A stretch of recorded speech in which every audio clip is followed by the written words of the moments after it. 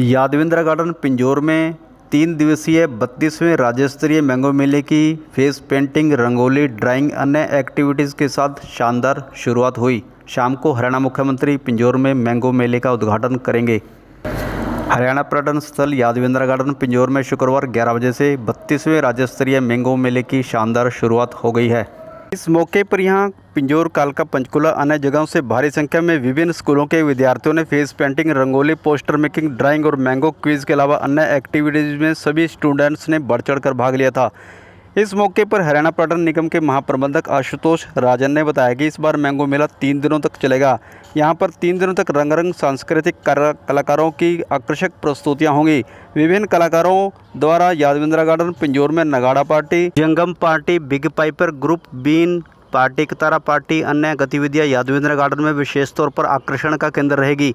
वहीं उत्तर प्रदेश से आए आमों की 230 अलग अलग वैरायटियां लेकर पिंजौर पहुंचे किसान उत्पादक उस्मान ने बताया कि इस बार मैंगो की फसल कुछ खास नहीं हो पाई। उन्होंने बताया कि आम की कई वैरायटियां इस बार ख़राब हो गई हैं, इसलिए आमों की आधी ही वैरायटियां रह गई हैं। मैंगो मेले में आमों की कम वैरायटियां देखने को मिली हैं।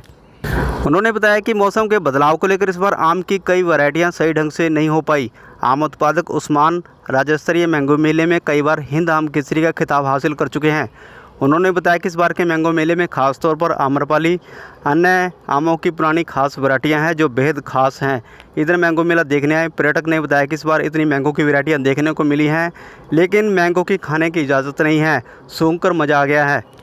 यहाँ पर पहली बार आमों की इतनी सारी वैरायटियाँ देखकर वह हैरान है। उन्होंने कहा कि यादविंद्रा गार्डन पिंजौर में इतनी सारी मैंगो की वैरायटियों से बाग में चारों ओर आमों की खुशबू ही खुशबू सूंघने को मिल रही है। कुल मिलाकर यहाँ 32वें मैंगो मेले की तैयारियाँ विभाग ने खूब कर रखी हैं और यादविंद्रा गार्डन पिंजौर को दुल्हन की तरह सजाया गया है।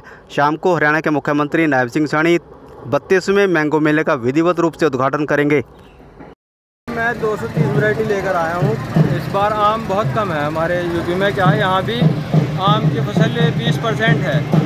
शुरू से बोर तो बहुत आया आम के ऊपर, लेकिन कुछ कारणों से भी वो बाद में ख़राब हो गया। अब आम जो है 20% फसल है, बहुत कम आम आए हैं, इसलिए वैरायटी भी कम आई है मैंगो मेले में।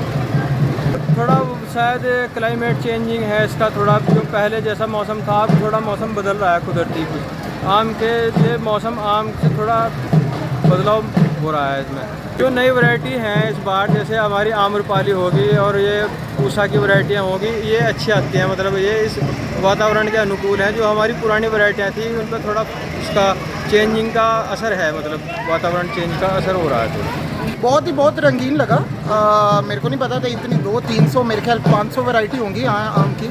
ऐसे ऐसे रंग बिरंगे नाम हैं। मेरा मन था कि काश हमें खा के भी दिखाते, मतलब अलाउड होता खाना, पर सूंघ कर ही बहुत लगा ऐसे। और काफ़ी गर्व आता है कि ऐसे देश में इतने रंगीन वैरायटी है। मेरा खुद का मानना है कि अल्फांसो है जो, वो मार्केटिंग में जीत गया है। बोले तो उसको कैमरा और न्यूज़ वाले ज़्यादा पसंद करते हैं, पर वो है इतना स्वाद नहीं। असली स्वाद मेरा पसंदीदा तो सफ़ेदा है, पर यहाँ ऐसे ऐसे नाम पता लगे हैं, मेरे को पता ही नहीं कि कैसे हो सकते हैं। मैं चाहूँगा कि ये अंग्रेज़ी में बोलते हैं बायोडाइवर्सिटी जब फैलती है तो ऐसा होना बहुत ज़रूरी है।